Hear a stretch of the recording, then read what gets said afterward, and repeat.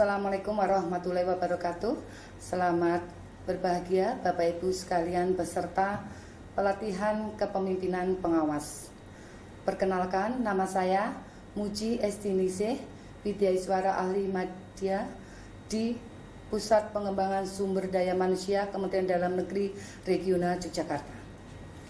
Saya Suparjana, Widyaswara Ahli Madya, Pusat Pengembangan Sumber Daya Manusia Kemendagri Regional Bandung. Baik Bapak Ibu sekalian, peserta diklat, kami berdua akan menjelaskan betapa pentingnya perencanaan kegiatan, pelaksanaan kegiatan pelayanan publik yang merupakan bagian dari agenda pengendalian pekerjaan. Adapun untuk mendukung terwujudnya pelaksanaan kegiatan tersebut, maka perlu secara konsisten dan simultan untuk melaksanakan beberapa tahapan. Yang pertama adalah membuat tahapan kegiatan. Ibu dan Pak sekalian, tahapan ini merupakan tahapan pertama yang sangat krusial untuk dilakukan, di mana tahapan kegiatan ini ada kegiatan-kegiatan yang harus dilaksanakan. Yang pertama adalah menjabarkan seluruh kegiatan-kegiatan yang akan dilaksanakan dalam pelayanan publik itu sendiri. Setelah itu perlu dilakukan penyusunan urutan-urutan kegiatan yang harus dilakukan berdasarkan skala prioritas yang ditentukan. Selanjutnya setelah itu perlu dilakukan pembuatan jadwal pelayanan publik itu sendiri supaya bisa dilaksanakan secara tertib dan teratur. Tahapan berikutnya yang perlu dilakukan adalah melaksanakan pengorganisasian kegiatan dalam pelayanan publik itu sendiri. Baik Bapak Ibu sekalian, bahwa pengorganisasian kegiatannya adalah merupakan tahapan kedua untuk mendukung terwujudnya kegiatan pelayanan publik. Apa saja yang dilakukan? Yang pertama, Bapak Ibu sekalian sebagai aparatur sipil negara harus benar-benar konsisten dan teliti di dalam menelusuri regulasi yang terkait. Yang kedua, yaitu mengidentifikasi sumber daya dalam organisasi tersebut. Apa saja yang perlu diidentifikasi? Yang pertama yaitu sumber daya manusia atau personel yang melaksanakan kegiatan pelayanan publik. Yang kedua yaitu sarana prasarana yang tersedia. Yang ketiga sumber pembiayaan. Berikutnya perlu adanya pembagian peran dan tugas kerja masing-masing anggota.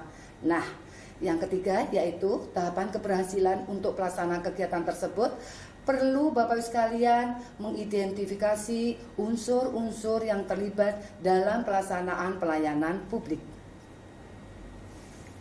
Ibu dan Pak sekalian, tahapan ini penting untuk dilaksanakan dalam rangka membangun pelayanan publik yang partisipatif.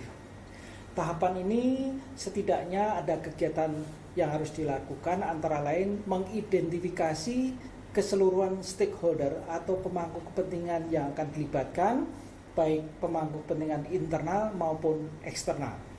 Selanjutnya perlu dilakukan pemetaan peran stakeholder tersebut sehingga dapat bekerja secara terkoordinasi dan terintegrasi. Kemudian selanjutnya perlu dilakukan penyusunan teknik komunikasi antar stakeholder tersebut. Ibu dan Pak sekalian, setelah tahapan ini selesai dilaksanakan, maka selanjutnya perlu dilaksanakan yaitu penyusunan tim. Baik Bapak Ibu sekalian, menyusun tim adalah merupakan tahap keempat untuk mendukung terwujudnya pelaksanaan pelayanan publik. Yang pertama yaitu menentukan tugas kerja masing-masing anggota. Siapa yang bekerja, bila mana, di mana, kapan harus dipertanggungjawabkan. Yang berikutnya adalah menyusun adanya alur kegiatan tersebut beserta pertanggungjawaban dari masing-masing anggota tim. Bisa Bapak Ibu sekalian menggunakan roadmap, milestone ataupun flowchart. Nah, setelah Bapak Ibu sekalian clear membuat roadmap atau flowchart serta alur tersebut, perlu dikonfirmasi kepada pimpinan untuk mendapatkan legalitas dan ACC agar clear pelaksana kegiatan tersebut. Setelah mendapatkan rekomendasi dari pimpinan, maka Bapak sekalian perlu mengkomunikasikan seperti yang disampaikan teman kami tadi, yaitu Bapak Suparjana. Perlu ada teknik komunikasi disampaikan kepada masing-masing anggota yang memiliki peran masing-masing dalam mendukung terwujudnya pelayanan publik. Nah, Bapak Ibu sekalian, yang terakhir tahapan kegiatan yang terakhir adalah membuat draft surat keputusan pelaksanaan kegiatan pelayanan publik. Ibu dan Pak sekalian, tahapan ini tidak kalah pentingnya dengan tahapan sebelumnya, karena ini akan memberikan legitimasi dalam proses pelayanan publik itu sendiri.